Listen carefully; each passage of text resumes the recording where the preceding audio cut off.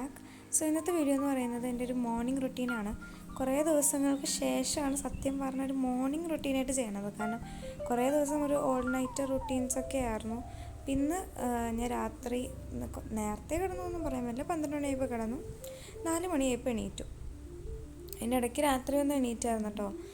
എന്നതല്ല, ഇന്നലെ പിന്നെ രാത്രി ഇതും കൂടി കഴിഞ്ഞ് മറ്റന്നാൾ എക്സാം ആണെന്നുള്ള തോട്ട് തന്നെയായിരുന്നു കേട്ടോ. പക്ഷെ കുഴപ്പമൊന്നും ഉണ്ടായില്ല. എണീറ്റപ്പോൾ വലിയ ക്ഷീണമൊന്നും തോന്നിയില്ല. അതുകൊണ്ട് പിന്നെ നേരത്തെ 4 മണിക്ക് അലാറം അടിച്ചപ്പോൾ തന്നെ എണീറ്റു. ഉച്ച കഴിഞ്ഞപ്പോൾ കുറച്ച് ടയേർഡായി, പിന്നെ വേറെ പ്രശ്നമൊന്നുമില്ല. ഇന്നത്തെ എൻ്റെ മെയിൻ ഗോളെന്ന് പറയുന്നത് ബോട്ടണി ഒന്ന് തീർക്കണം എന്നുള്ളതാണ്. അറ്റ്ലീസ്റ്റ് മാക്സിമം അത് കംപ്ലീറ്റ് ചെയ്യുക. പിന്നുള്ളത് ഇംഗ്ലീഷ് ഹിന്ദിയാണ്. അപ്പോൾ അതും നോക്കണം. എന്തായാലും എന്തെങ്കിലുമൊക്കെ നോക്കി പോകണം. ഇംഗ്ലീഷ് വലിയ വിഷയമില്ല, ഹിന്ദി അർത്ഥം ഓർത്തില്ലെങ്കിൽ ഞാൻ മറന്നു പോകും. സോ മാക്സിമം ആശയങ്ങളൊക്കെ ജസ്റ്റ് മലയാളത്തിലെങ്കിലും നോട്ട് ചെയ്ത് വെച്ചിട്ട് പിന്നെ അതെനിക്ക് അറിയണ പോലെ ഞാനത് ഹിന്ദിയിലോട്ട് ആക്കിയാണ്ട് എഴുതും. സാധാരണ അതാണ് പതിവ്. അങ്ങനെ അത് കഴിഞ്ഞ് പിന്നെ കട്ടൻ ചായ അത് നിർബന്ധമാണല്ലോ, അതുകൊണ്ട് കട്ടൻ ചായ വെക്കാൻ തുടങ്ങി. പിന്നെ ബ്രേക്ക്ഫാസ്റ്റായിട്ട് എന്തെങ്കിലും വെക്കണമെന്നുണ്ടായിരുന്നു.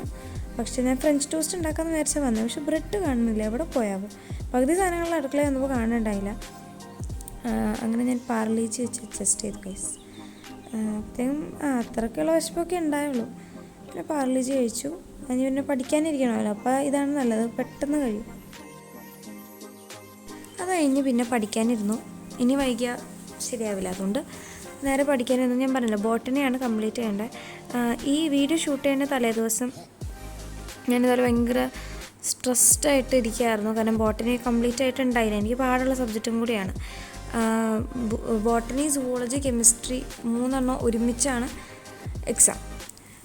അതും കൂടിയൊക്കെ ആയപ്പോൾ പൂർത്തിയായി. അപ്പോൾ പിന്നെ ഞാൻ അത് കംപ്ലീറ്റ് ചെയ്യാമെന്ന് വിചാരിച്ചു. അങ്ങനെ കുറച്ച് നേരം അത് നോക്കിയിരുന്നു. എത്ര മണി വരെ, ഒരു 8, എന്തായാലും ഒരു 9 മണിയൊക്കെ വരെ ഞാൻ ഇരുന്ന് പഠിച്ചിട്ടുണ്ട്. അങ്ങനെ ബോട്ടണി ഓൾമോസ്റ്റ് കംപ്ലീറ്റായി. 3 ചാപ്റ്ററും കൂടിയുണ്ട്. ആ 3 ചാപ്റ്റർ എന്ന് പറയുന്നത് 4 മാർക്കിൻ്റെയാണ്. അപ്പം അതിൻ്റെ കുറേ ജസ്റ്റ് ക്വസ്റ്റ്യൻസ് വായിച്ച് പഠിക്കാം എന്നുള്ള രീതിയിലാണ് ഞാൻ ഇരിക്കുന്നത്. പിന്നെ രാവിലെ തന്നെ നോക്കുന്നത് മെയിനായിട്ട് 6 മാർക്കിൻ്റെ ആണെന്ന് തോന്നുന്നു. 6 മാർക്കിൻ്റെ 2 ചാപ്റ്റർ, പിന്നെ 5 മാർക്കിൻ്റെ ഒരു ചാപ്റ്റർ എന്നുകൊണ്ടും ഉണ്ട്.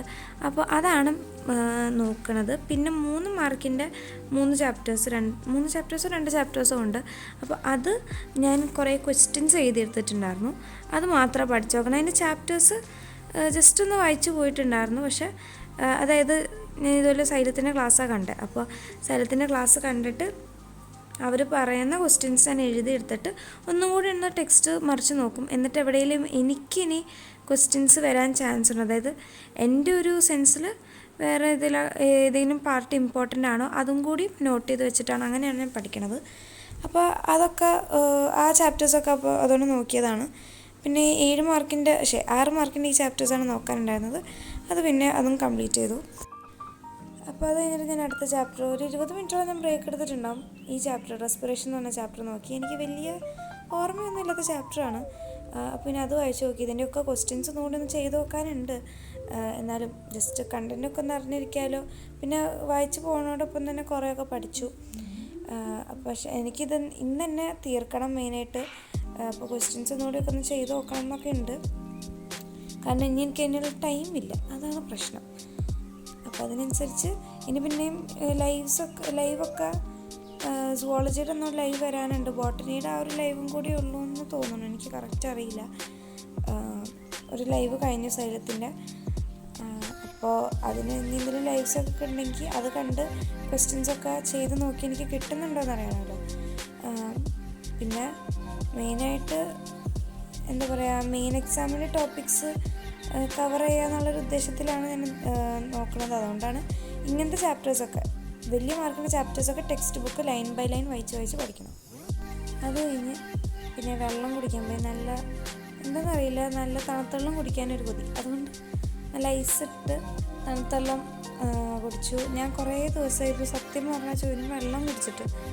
അതിനിടയ്ക്കൊന്ന് ബോട്ടിലൊക്കെ നിറച്ച് കൊണ്ടുപോയതായിരുന്നു. പക്ഷേ അതിനിടയ്ക്ക് പിന്നെ നിർത്തി. കാരണം വെള്ളം കുടിക്കാത്തതിൻ്റെ ഇതിൽ എനിക്ക് കുറേ ഇഷ്യൂസൊക്കെ ഉണ്ടായിരുന്നു.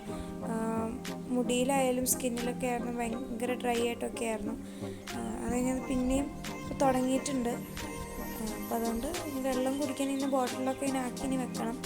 പിന്നെ ഇതിൻ്റെ ഒരു എക്സാമിന് സ്ട്രെസ് കാരണം മൊത്തത്തിലൊരു എന്താ പറയുക, ഒന്നും അങ്ങനെ ശരിയായിട്ടില്ല. സ്ലീപ്പ് സ്കെഡ്യൂളാണെങ്കിലും ആകെ കൊളായി കിടക്കാണ്. ഫുഡിൻ്റെ കാര്യമായാലും മൊത്തത്തിലൊരു എന്താ പറയുക, മെസ്സായി കിടക്കാണ്. അതൊക്കെ ഇനി ഒന്ന് ഫിക്സ് ചെയ്യണം.